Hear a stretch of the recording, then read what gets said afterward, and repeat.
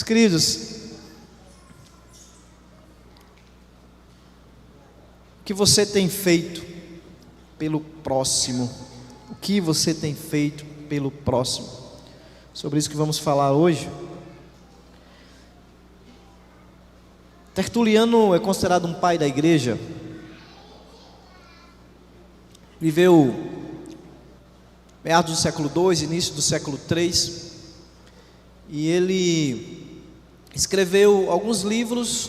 Ele era muito apologeta, ele defendia a fé cristã, tanto uma defesa interna, das heresias, mas também uma defesa contra os de fora. E ele escreve uma carta falando sobre a característica dos cristãos, da sua comunidade. A ideia da carta era rejeitar ou refutar algumas acusações lançadas contra os cristãos, e não só, mas também falar um pouco de como era aquela vida do cristão, de como o cristianismo, de como a igreja que ele fazia parte, tinha feito bem ao povo, tinha feito bem ao reino de Deus e a próprias pessoas que não eram dela, que não eram da igreja, eram pagãos. E eu vou ler um trecho dessa carta, que é relevante para o que a gente vai falar, e ele diz assim: existia também entre eles uma caixa comum, na qual cada pessoa dava lá quanto queria e podia, a sua modesta contribuição mensal, e fazia desta forma espontaneamente, sem nenhum constrangimento. Esses se constituíam os depósitos da comum piedade. Este dinheiro não servia para os banquetes, bebidas inúteis ou alimentos extravagantes, mas era alimento para os pobres, nas quais davam a sepultura aos necessitados, socorriam os meninos e as meninas privados de sustentação e da parte de seus pais, e também servia aquele dinheiro para servos exaustos pela idade, e também era dado aos náufragos. Como era uma comunidade que tinham presentes ações caritativas, ajudava também em nome da fé cristã os condenados às minas, os deportados nas ilhas ou relegados e banidos aos cárceres. Isso é final do século II, 190 por aí. Mais na frente, no século IV, o imperador Juliano, ele tem uma observação famosa, escrevendo a um amigo.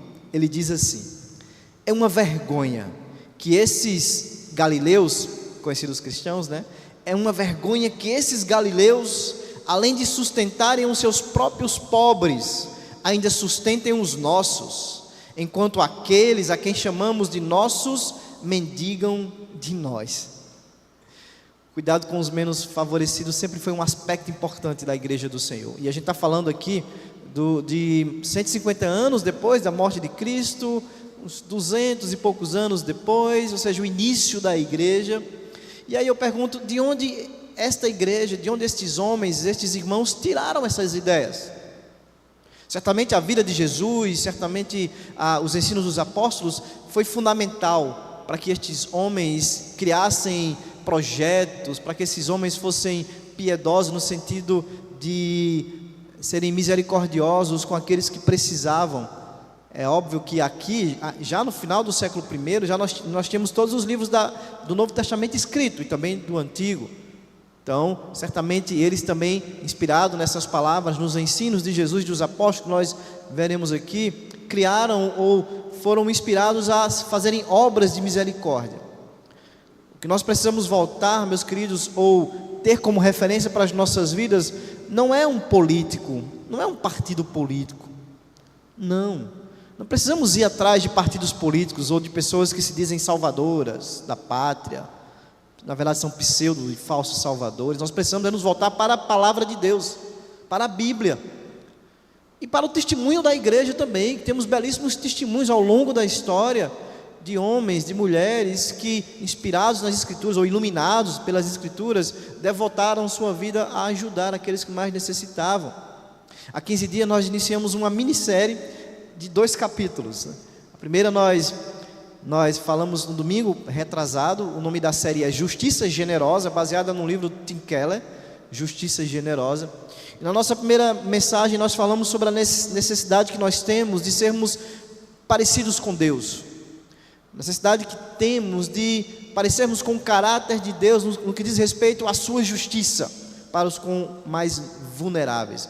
Nós aprendemos que a palavra justiça na Bíblia, no hebraico, que é mishpat, ela vai muito além do que aquela ideia de punir o transgressor de forma que ele merece ser punido, de forma isenta, não importa quem causou o dano, ele tem que ser punido. Isso é um aspecto da justiça, e nós facilmente entendemos isso. Mas nós aprendemos na mensagem passada que justiça, que mishpat, também tem um aspecto que é dar à pessoa aquilo que é devido a ela, no que se refere à proteção, no que se refere a cuidado. Esse é um aspecto da justiça de Deus também. Não só de punir os que serão punidos e que deverão ser punidos, de dar ao ímpio, ao que deve ser condenado, a condenação. Isso é justiça, é dar ao outro aquilo que ele merece, no sentido de punição. Mas justiça também tem esse outro aspecto, de dar ao outro aquilo que ele merece, no sentido de proteção e cuidado. Isso está claro no sermão que nós expomos aqui há 15 dias atrás. Se você perdeu, está gravado, é só assistir o culto ou o sermão. E aí nós passamos rapidamente. A nossa proposta nesses dois sermões são sermões mais temáticos, né? Então, nós passamos rapidamente pelo Antigo Testamento, mostrando como o próprio Deus, expressando o seu caráter ao fazer as suas leis, ele deixa claro que a igreja, que o seu povo naquela época deveria ter cuidado para com os mais necessitados. E as leis do Senhor, nós chamamos de leis civis. É óbvio que essas leis civis, que tinham a finalidade de regular a sociedade civil de um Deus que era o rei do seu povo, que era uma nação teocrática, onde Deus ditava as leis. Aí eu até falei, hoje em dia não existe nenhuma nação teocrática. O povo de Israel não é mais o povo de Deus, a igreja de Deus é o povo de Deus. Então nós não temos mais essa relação de um Deus que dita leis civis. Claro, isso ficou claro no que nós falamos, mas nós não podemos ignorar a verdade de que essas leis de Deus refletem o seu caráter, e que nós podemos extrair princípios valorosos para a nossa vida hoje. Isso é tão verdade que nós vamos ver agora como no Novo Testamento, o próprio Cristo e os discípulos, os apóstolos, eles refletiram esse caráter de Deus do Antigo Testamento.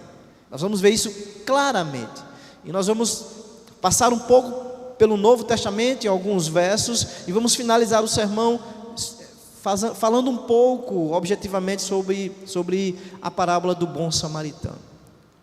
Vamos então, nesse momento, orar ao Senhor para que Deus nos ajude a falar a sua palavra. Senhor Deus, nós te agradecemos por tudo que já foi feito aqui, Senhor. Nós te agradecemos, ó Pai, pelas canções, pela leitura da tua palavra, Senhor, pelos dízimos e ofertas, mas queremos pedir agora que o Senhor possa falar aos nossos corações. Aquieta a nossa alma, tira qualquer distração da nossa mente, possamos estar atentos, cativos à tua palavra, e ela possa produzir vida em nós, ela possa nos incomodar ao ponto disso fazer com que a gente saia da nossa zona de conforto e produza frutos para a tua glória, não para a nossa glória, Senhor. Me usa como instrumento em tuas mãos, apesar de quem eu sou. Assim eu te peço e eu te agradeço, Pai, em nome de Jesus, amém. Quando olhamos para Cristo no Novo Testamento, nós vamos ver claramente, que Ele não deixou de lado a preocupação que o Deus Pai revelou claramente, como vimos, com os pobres, com os mais necessitados, com os marginalizados. De forma alguma, Jesus fez isso. Quando os discípulos de João Batista chegam para Jesus para perguntar se ele era o Messias, o que é que Jesus responde? Está lá em Mateus capítulo 11, verso 4: Ide, contai a João as coisas que ouvis e vedes. Os cegos veem, os paralíticos andam, os leprosos são purificados e os surdos ouvem, os mortos são ressuscitados, e aos pobres é anunciado o Evangelho. Nós vemos aqui, claro, que Jesus pregou não só para os pobres, mas a Bíblia faz questão de muitas vezes deixar claro que esse povo que é mais marginalizado, excluído, Jesus tinha uma certa preferência por eles. Isso é claro na Bíblia, claro. Aqui Jesus ressalta isso, de que o Deus encarnado está preocupado em anunciar o Evangelho para estes.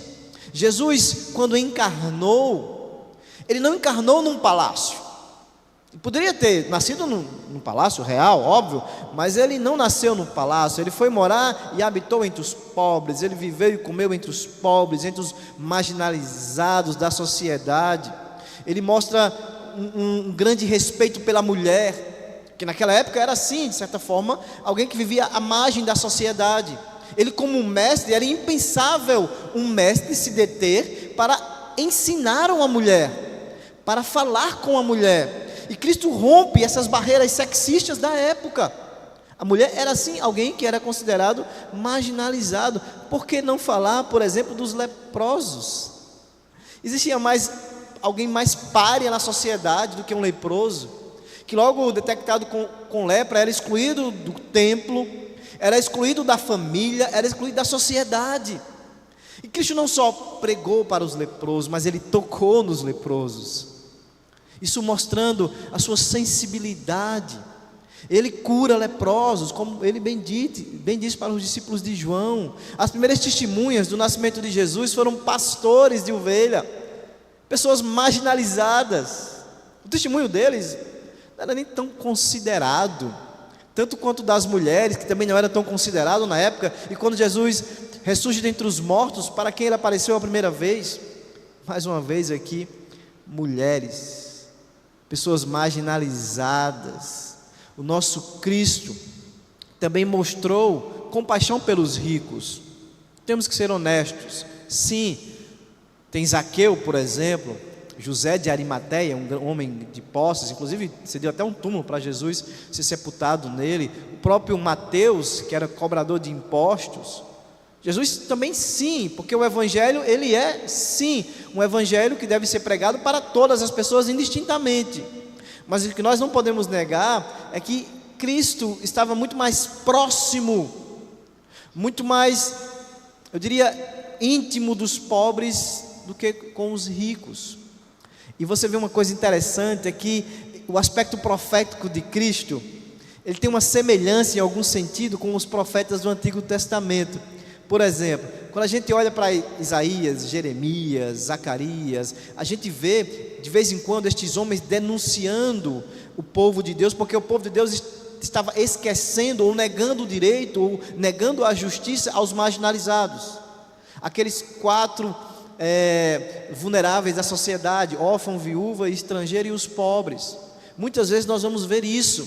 Então, Isaías 1, por exemplo, verso 15 a 17, diz assim: quando estenderdes as mãos, esconderei os olhos de vós.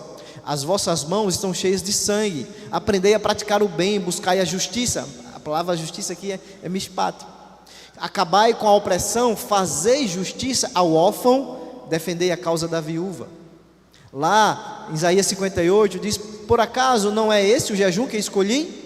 Que solte as cordas da maldade, que desfaças as ataduras da opressão, ponhas em liberdade os oprimidos e despedace todo jugo. Não é também que repartas o pão com o faminto e recolhas em casa os pobres desamparados? Não é que vistas o nu, o cubras e não deixes de socorrer o próximo? Veja que Jesus, lá em Marcos 12, vai dizer assim: cuidado com os escribas, eles devoram as casas das viúvas e para disfarçar fazem longas orações, eles receberão condenação muito maior. Vê que Jesus está fazendo uma denúncia tanto quanto o profeta Isaías fez. Então esse aspecto profético de Jesus também vai trazer à tona essa ideia de que as nossas observâncias religiosas excessivas, muitas vezes, religiosidade demais, muitas vezes mostra insensibilidade com os grupos vulneráveis. E a gente vai ver isso na parábola já já. Religiosidade demais, muitas vezes, mostra insensibilidade para com os grupos mais vulneráveis. E Jesus vai falar isso, e que se aproxima muito mais do Isaías 58, num texto conhecidíssimo do Mateus 25. Quero que vocês abram a Bíblia em Mateus 25, capítulo 25, verso 31, para vocês verem que se aproxima muito com o que nós lemos agora de Isaías 58.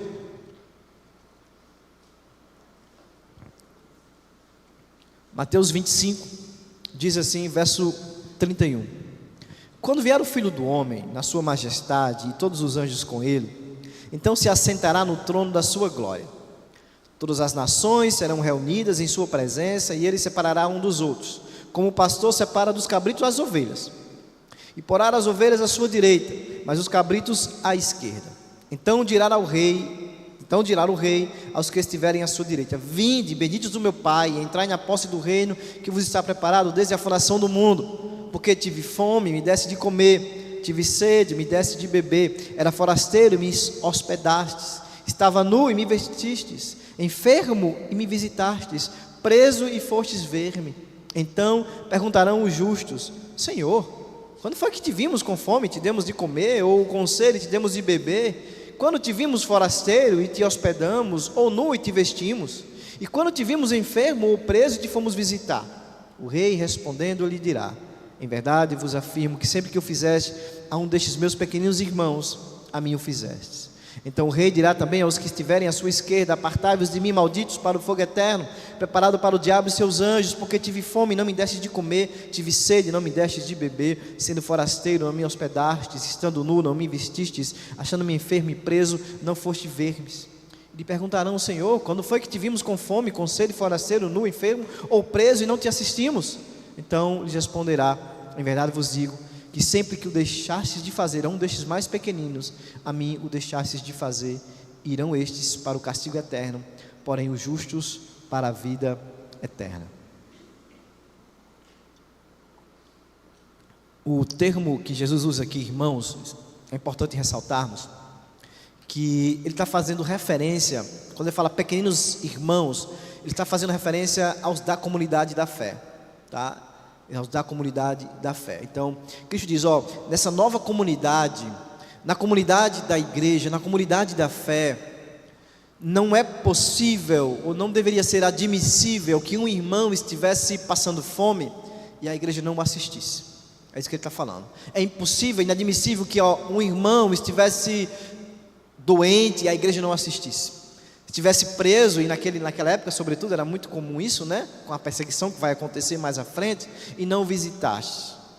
Isso era inadmissível. Jesus não está dizendo que você, para se salvar, tem que fazer isso. Ele não está dizendo isso, meus queridos, como inclusive alguns interpretam, né? E daqui sai um monte de heresia. Ele não está dizendo isso. Mas o que ele está dizendo é que se alguma vez você foi alcançado pelo Evangelho, você foi salvo pela graça de Deus, uma forma de você atestar essa salvação, de você demonstrar essa salvação, é se preocupando com os mais vulneráveis. É isso. Não é possível você dizer que é salvo, um irmão dizer que está com necessidade, e você dizer: ora que Deus vai providenciar, quando você poderia ser bênção na vida dele, quando a igreja poderia ser bênção na vida dele. É inadmissível. É alguém que talvez seja sensível demais para a religiosidade e insensível para a necessidade. E alguém assim tem que repensar a sua salvação. Não sou eu que estou falando, é o próprio Cristo, porque as pessoas vão chegar diante dele e dizer: mas eu fiz milagres em teu nome, Senhor. Mas aparta de mim, eu nem te conheço. É possível que tenhamos pessoas aqui assim, que Deus pode usar para fazer grandes coisas, mas que estão redondamente enganados quanto à sua salvação, porque não conseguem revelar os frutos para o mundo. Porque a fé, ela nunca vem sozinha. A fé, como diz Calvino, ela tem que ser sempre acompanhada de obras. Tiago vai falar sobre isso. Meus irmãos, isso é tão verdade, tão importante, essa preocupação com os mais vulneráveis, que os apóstolos logo entenderam isso. Quando nós olhamos para a igreja primitiva, a gente vai ver a igreja primitiva, e aí eu falo os apóstolos, tá? A partir dos apóstolos ali, preocupada também com os mais vulneráveis. Uma das últimas palavras de Paulo para a igreja de Éfeso, está lá em Atos 20, 35, diz assim: em tudo tenho mostrado a vocês que, trabalhando assim, é preciso socorrer os necessitados, e lembrar das palavras do próprio Senhor: mais bem-aventurado é dar do que receber. Quando Paulo esteve em Jerusalém, ele diz assim, na carta aos Gálatas: e quando conheceram a graça que me foi dada, Tiago, Cefas e João, Pedro e João, né, que eram reputados colunas, me estenderam a mim e a Barnabé a deixa da comunhão, a fim de que fôssemos para os gentios, e eles para a circuncisão. E recomendando-nos o quê? Qual foi a recomendação de Pedro, Tiago e João?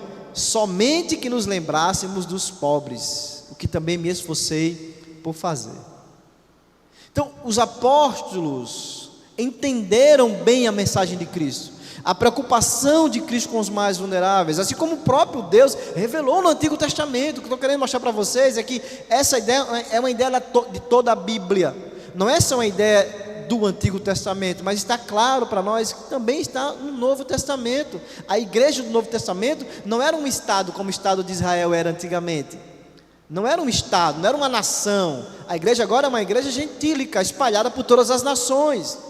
Mas mesmo assim, os escritores, os apóstolos e o próprio Cristo reconheceu que havia princípios do caráter de Deus revelado na sua lei no Antigo Testamento que não poderiam deixar passar, não poderia haver uma omissão. Eles reconheceram a necessidade da justiça, reconheceram a necessidade da misericórdia, que estava lá na lei civil, sobretudo, mas eles, reconhecendo essas verdades, aplicaram essas leis na sua igreja, na sua comunidade, e fizeram muita diferença, conforme vimos o próprio imperador romano, Juliano, extremamente admirado com a piedade, com a misericórdia, melhor dizendo, com a graça daquela igreja. Tiago faz à luz dos profetas do Antigo Testamento, algumas condenações severas para aqueles que são mesquinhos em relação às suas riquezas. Diz ele lá no capítulo 5, verso 3: o vosso ouro e a vossa prata foram gastos de ferrugens, a sua ferrugem há de ser por testemunho contra vocês mesmos, e há de devorar como fogo as vossas carnes. Tesouros acumulaste nos últimos dias. Eis que o salário dos trabalhadores que ceifaram os vossos campos, e que por vós foi retido com fraude, está clamando. E os clamores dos ceifeiros penetraram até os ouvidos do Senhor dos Exércitos. Tendes vivido regaladamente sobre a terra, e tendes vivido nos prazeres, tendes engordado o vosso coração em dia de matança, tendes condenado e matado o justo sem que ele vos faça resistência. Até parece Isaías falando aqui, Jeremias falando, Amós falando. Vê o mesmo princípio, a mesma ideia de um profeta levantado para denunciar a injustiça, para denunciar o povo que não tem sido misericordioso. O próprio Tiago vai dizer no capítulo 1, verso 27, a religião pura e sem mácula diante do nosso Deus é visitar os órfãos e as viúvas nas suas aflições e guardar-se incontaminado do mundo. Então, meus queridos, é inegável a preocupação dos crentes, tanto de serem misericordiosos, mas como também de denunciar a falta de misericórdia, de denunciar a injustiça. A igreja, logo no início, lá no Atos capítulo 6, a gente vê que eles tinham um projeto de socorrer as viúvas. Como a gente já falou, as viúvas de fato era alguém na sociedade que sofria muito, né? Porque não ficava sem sustento. Tanto é que nasce dessa necessidade a diaconia. Os diáconos nascem dessa necessidade de ajudar as viúvas da igreja. A palavra está muito envolvida com essa ideia de serviço humilde às necessidades das pessoas, as necessidades mais práticas. Então, a diaconia surge na igreja para ser esse braço, para ser essa voz, para ser esses homens levantados por Deus, para serem misericordiosos com aqueles que estão na comunidade passando necessidade. No entanto, meus queridos, fica claro que a igreja e os textos que nós lemos, como o de Jesus, fica muito claro mais ainda, que nós deveremos, sobretudo, ajudar os irmãos da igreja. Mas será que também temos obrigação de ajudar aqueles que estão fora da igreja? É verdade que quando a gente olha para o Antigo Testamento, a legislação, ela deixa claro que o povo de Deus deveria ajudar aqueles do povo que estavam passando necessidade. Isso é claro para nós. Mas no Novo Testamento, embora nós tenhamos alguns textos que deixam claro isso, de que nós devemos ajudar a nossa família da fé, nós não podemos ignorar, inclusive o próprio Gálatas vai falar isso, né? Paulo lá em Gálatas, enquanto temos oportunidade, façamos o bem a todos, principalmente aos da família da fé. Mas antes ele falou uma coisa aí, o bem a todos. Então ajudar a todos não é opcional. É claro que há uma hierarquia. Primeiro eu tenho que me atentar para a minha família, família de sangue, aquele que está perto. Não tem sentido eu ver a minha família passando necessidade e ajudar alguém de fora da minha família. Nessa escala, a minha família primeiro, depois a família da fé, e depois os de fora. Então, pensando nisso, eu acho que uma parábola, um texto que mais fala sobre essa ideia, né, eu acho que é a explicação mais notável e poderosa de Jesus sobre esse significado desse amor ao próximo, a gente encontra na parábola do bom samaritano. Abram, por favor, Lucas capítulo 10, para a gente objetivamente expor aqui. Jesus aqui revela bem, deixa isso muito claro, né? Sim, a gente vê no Novo Testamento essa ideia de que devemos ajudar primeiro os da família da fé. Aqui na parábola, Cristo amplia essa ideia. Lucas capítulo 10, a partir do verso 25.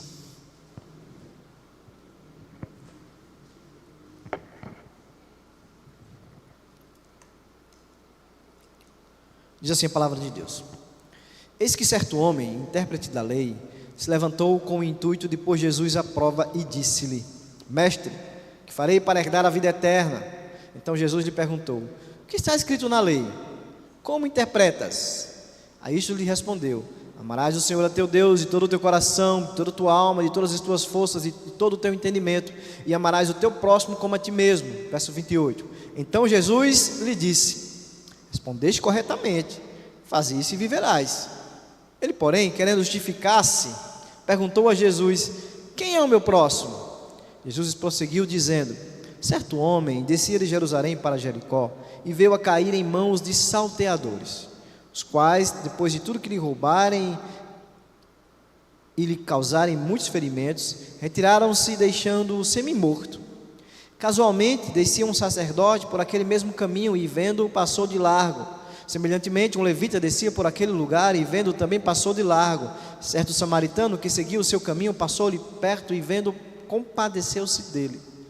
Chegando-se, pensou-lhe os ferimentos, aplicando-lhes óleo e vinho, e colocando sobre o seu próprio animal, levou para uma hospedaria e tratou dele.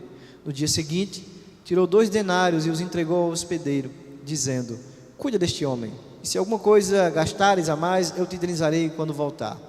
Qual destes 3 te parece ter sido próximo do homem que caiu nas mãos dos salteadores? Respondeu-lhe o intérprete da lei, que usou de misericórdia para com ele. Então lhe disse: Vai e procede tu de igual modo. Esse jovem chega diante do Senhor fazendo uma pergunta, e Jesus de alguma forma dobra ele, e parece que ele entendeu que devia algo a Cristo, né? Dá uma impressão de que ele foi confrontado por Cristo aí, parece que devia algo a ele. E a gente vai ver aqui que Jesus, ao responder com uma pergunta, vai falar de algo extremamente profundo para nós. Fala sobre o amor, sobre o que era esse amor ao próximo. Quem era o meu próximo? Lá em 1 João capítulo 4, 20, ele diz: Se alguém declarar eu amo a Deus, porém odiar o seu irmão, é mentiroso. Porquanto quem não ama a seu irmão, a quem vê, não pode amar a Deus a quem não enxerga. Se nós amarmos apenas as pessoas, meus queridos, nós somos ateus. Não podemos amar só as pessoas, temos que amar a Deus também. Mas não podemos amar somente a Deus e não amar as pessoas, porque nós nos tornamos religiosos demais, ao ponto de Deus chamar a nossa atenção e nos exortar. Então, tudo é o equilíbrio. Nós não podemos olhar demais somente para o alto, não podemos olhar demais somente no espelho. Nós corremos esse sério risco de olharmos para o alto, para o espelho. Vivemos um mundo extremamente individualista, egoísta, egocêntrico, onde tudo tem que girar em torno de si mesmo. Nós não podemos cometer esses 2 equívocos extremos, de olhar somente para cima, mas temos que olhar também para frente, para os lados. É sobre isso que Cristo está falando para nós nessa parábola. Aí no verso 28, 29 diz assim: o jovem querendo justificar-se. É como se de alguma forma, quando Jesus diz assim: tu conhece a lei? Conheço. O que é que a lei diz? É quando ele fala, parece que a consciência dele acusa, porque o texto diz: querendo justificar-se. É como se ele estivesse percebendo ali que ele não estava diante de qualquer homem. É como se ele estivesse percebendo ali que Jesus estava além da sua alma, e ele estivesse dizendo: caramba, ele me vê, e ele sabe que eu não consigo fazer tudo isso, E aí ele pergunta: quem é meu próximo, né? Ele vê que ele está meio que culpado aqui, e aí ele quer testar Jesus. Lembre que essas perguntas sempre eram feitas com o objetivo de testar Jesus e de alguma forma pegar Jesus para condená-lo. Quando era feita por um líder, por um religioso, era sempre essa ideia, né? De tentar pegar Jesus aí num tropeço da lei, ou ao que ele falasse, para que ele fosse julgado. E aí ele pergunta: quem é o meu próximo? Quem é o meu próximo? Para os judeus, a palavra próximo dava uma ideia, porque quando ele pergunta isso, ele já sabia a resposta. Porque próximo para eles eram os próprios judeus. Não somente os próprios judeus, mas os judeus autênticos, os originais, não os fakes. Porque existia judeu fake naquela época, para aqueles que se consideravam os originais. Não sei se vocês sabem, mas depois da morte de Salomão, o reino foi dividido em 2 tribos. E esses duas tribos, esses 2 reinos, 12 tribos, essas 12 tribos dividiram em 2 reinos, reino do sul e reino do norte. E estes 2 reinos, eles caíram em mãos inimigas, assírios e babilônios. E infelizmente, o reino do norte, né, que tem a capital em Samaria, cai nas mãos dos assírios. E os assírios, eles tinham uma política interessante. Eles traziam povos estrangeiros para a terra que eles conquistavam, pegavam gente daqui e levava para lá. Então houve uma mistura muito grande desses judeus. Por isso que os judeus do sul não consideravam os judeus do norte como originais, mas como fakes. Então existia uma rivalidade muito grande. A capital do reino do norte era Samaria. Por isso um problema entre os samaritanos e os judeus originais, os autênticos, né? Eles olhavam meio que atravessado para os samaritanos. Se você queria xingar alguém naquela época, você era chamar ele de filho de samaritana. Era um xingamento horrível. Então, até pior do que você pensou aí. Era horrível. Então, você vê, havia uma rivalidade muito grande, um desdém, né, em relação aos judeus do sul em relação aos judeus do norte. Aí você vai ver aqui uma coisa interessante. Você vai ver alguém semi-morto. Aí agora você vai ver um samaritano tendo compaixão. Algo que Cristo demonstrou claramente no Novo Testamento, sempre compaixão. A possibilidade de sentir a dor do outro. A possibilidade de não só sentir a dor do outro, mas participar da dor do outro. No sentido de tentar amenizá-la. No sentido de tentar ser resposta de oração na vida daquele que estava precisando. Cristo demonstrou isso claramente. A compaixão, ela também nos dá a capacidade de preservar a nossa humanidade. Porque na medida que nós estamos passando ou participando da vida do outro, com suas lutas, com suas limitações, com suas angústias, com seus sofrimentos, nós também nos percebemos que não somos tão diferentes assim.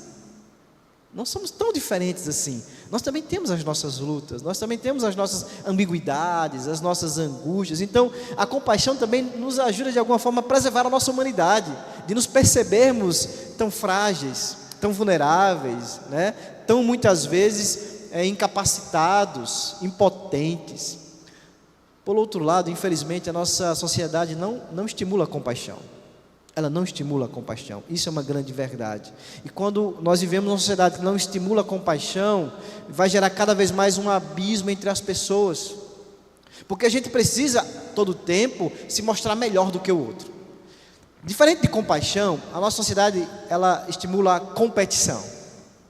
E aí eu tenho que estar sempre provando o tempo todo que eu sou melhor, que eu sou mais bonito, que eu sou mais bonita, que eu sou mais inteligente, que eu sou mais rico.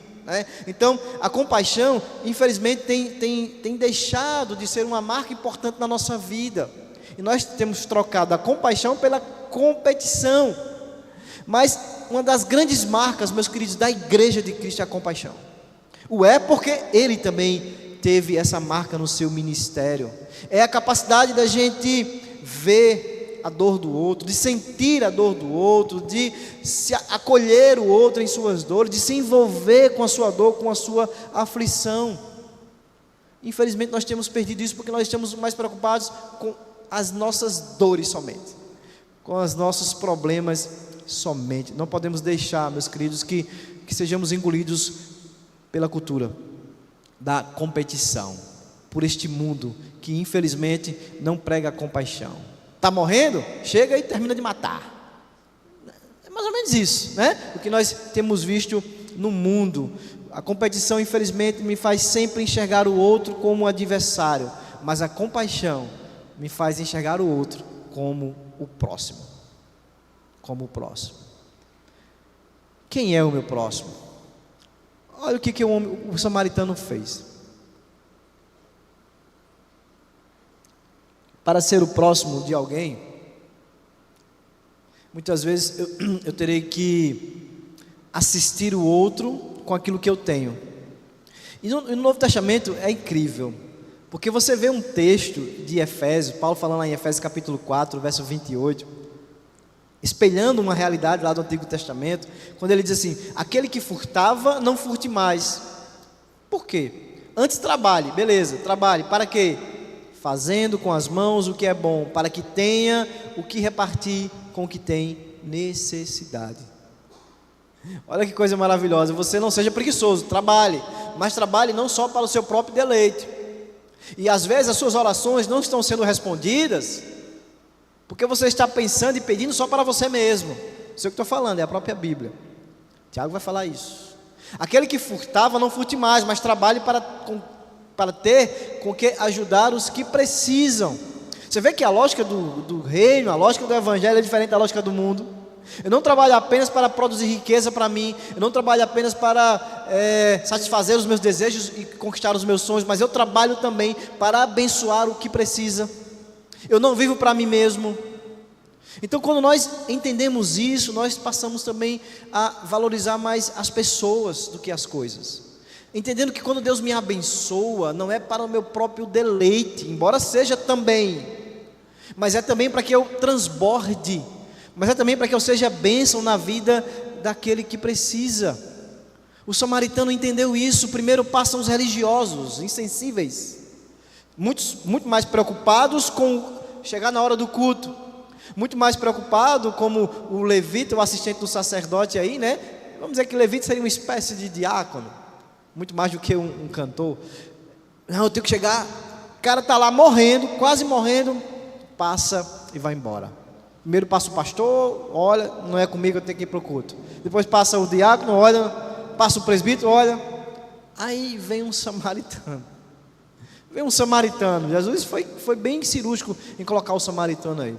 Aí vem um samaritano, vem com seu animalzinho, aí ele desce do animal, socorre aquela pessoa.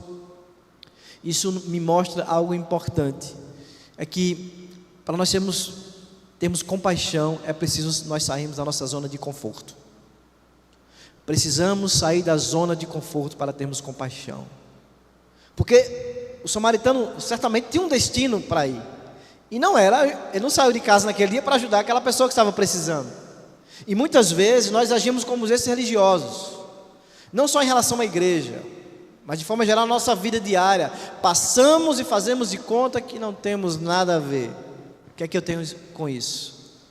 Eu não tenho culpa da pobreza dele, eu não tenho culpa dele ter acontecido isso, eu não tenho culpa dele estar passando por isso, então não é sobre mim, é sobre você sim, à medida que você conhece a necessidade do outro.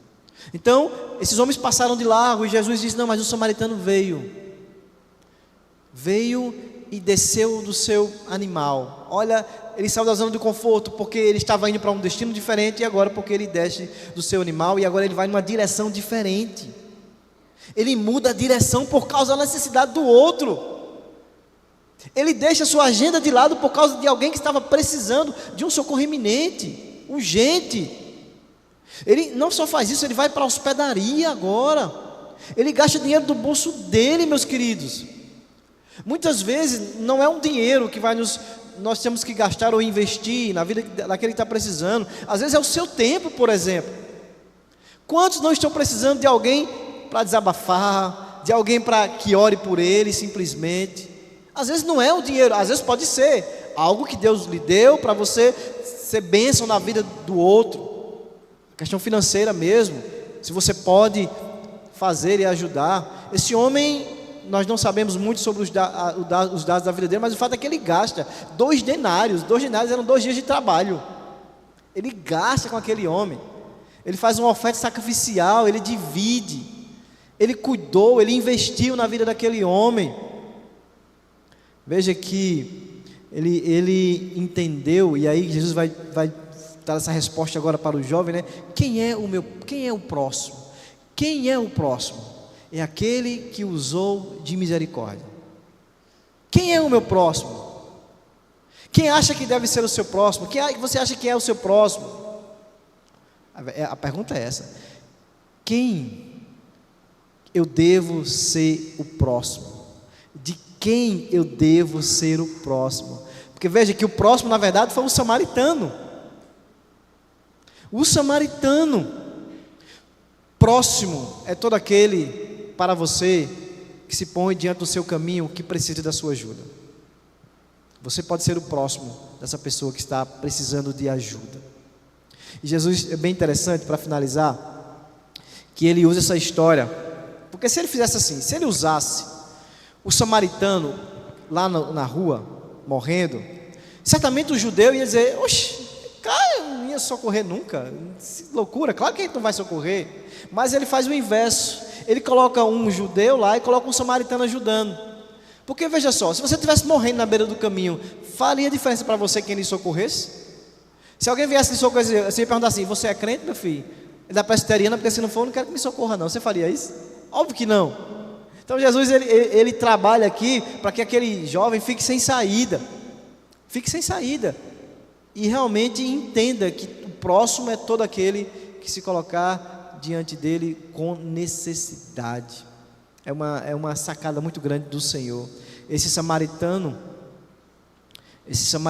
né, que socorre, esse homem que está aí semi-morto, é uma alegoria, uma ilustração muito interessante. É uma ilustração que me faz pensar sobre o grande samaritano, sobre aquele que nos socorreu, não quando nós estávamos mortos, semi-morto, mas quando nós estávamos de fato mortos em nossos delitos e pecados.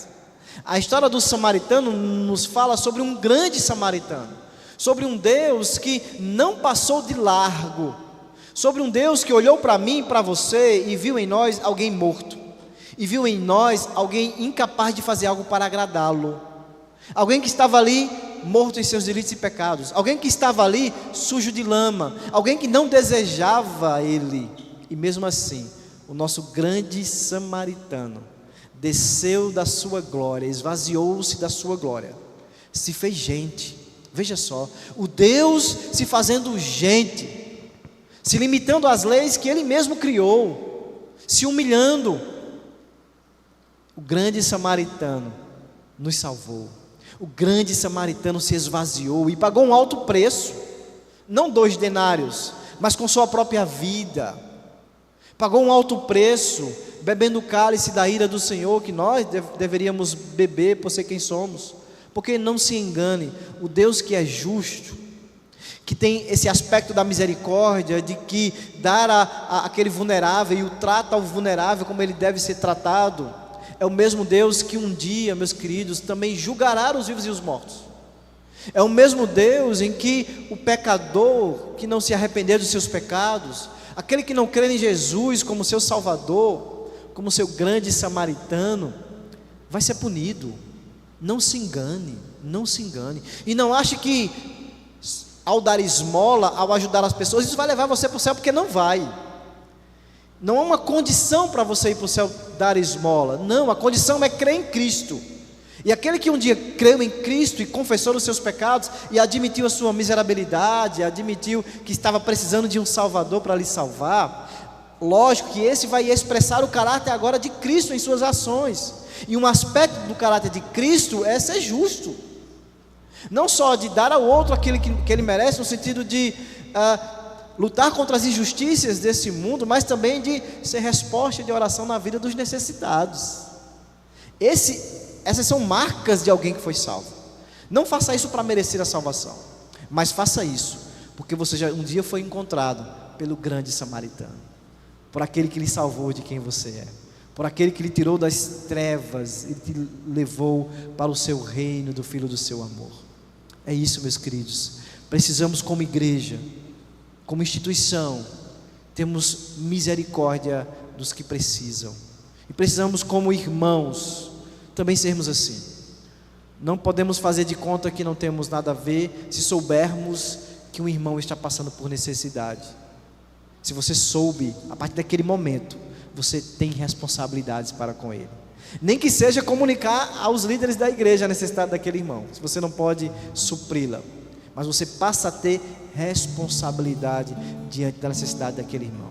E quiçá a gente possa também extrapolar os muros da igreja e um dia também sermos bênção na vida daqueles que estão fora dela, ajudando os que estão de fora também, com algo que possa ser útil para a vida deles. Não porque a gente faz isso para pescá-los para a igreja, não, apenas como um ato de misericórdia. Apenas como um ato de misericórdia. A gente dá a cesta básica não é para que a pessoa venha para a igreja, é só um ato de misericórdia, como Deus nos ensina.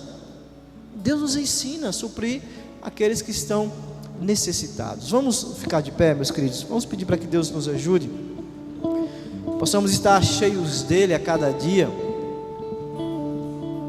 Somente seremos capazes de fazer a sua vontade se estivermos cheios de Deus. Cada vez mais deixar ser cheio do Espírito Santo, para que o Espírito Santo produza o fruto em nossas vidas, que possamos expressar o caráter de Deus, o caráter de Cristo na nossa vida, na vida daqueles que precisam. Que você se coloque diante de Deus, orando para Deus: Deus, me ajuda a ser resposta de oração na vida daquele que está precisando de uma palavra, do meu ouvido, ou daquilo que o Senhor me deu como um bem, para que eu possa também ajudá-lo. Vamos louvá-lo, Senhor, e dizer: ajuda-nos, Senhor, que nós tenhamos mais de Ti.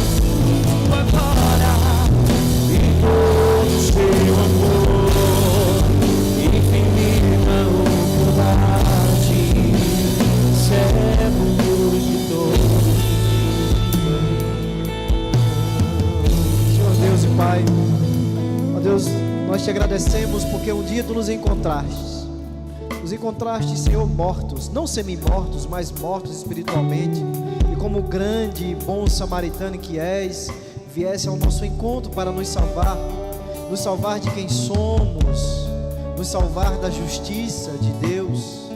Obrigado, Cristo, que essa nova criatura que somos agora em Ti possa nos fazer expressar o caráter de Cristo na nossa vida, nas nossas relações, que possamos ser também uma espécie de bom samaritano, assim como Tu fostes conosco, possamos ser na vida daqueles que precisam. Não temos poder para salvar as pessoas, só Tu tens, Senhor, e a Tua igreja, ela tem a missão primordial de pregar esse evangelho, que tem o poder para salvar as pessoas, mas nós não podemos negligenciar, sermos omissos também na responsabilidade que temos de ajudar os mais necessitados, principalmente, ó Pai, os da nossa família e e também o da família da fé. Que essa igreja, que cada um de nós seja bênção um para o outro, que não haja entre nós pessoas necessitadas, pessoas que estão passando por fome, por nudez, que não haja entre nós pessoas avarentas, que acham que tudo que tem é para si mesmo. Que possamos ser, Senhor, gratos a Ti, dando um pouco de nós, do nosso tempo, dos nossos bens, para abençoar a vida daqueles que precisam, porque Tu destes muito mais para nós, ó Pai. Tu destes o Teu Filho amado para morrer por cada um de nós, sem nós merecermos, quando nós éramos inimigos Teus. Pai, que possamos refletir essa misericórdia na nossa vida, Senhor, que possamos pedir a Ti a cada dia. Nos ajuda, ó Pai, a sermos bênção, resposta de oração na vida daqueles que estão diante de nós com necessidades. Nos ajuda, Pai, em nome de Jesus. Que Ele crê.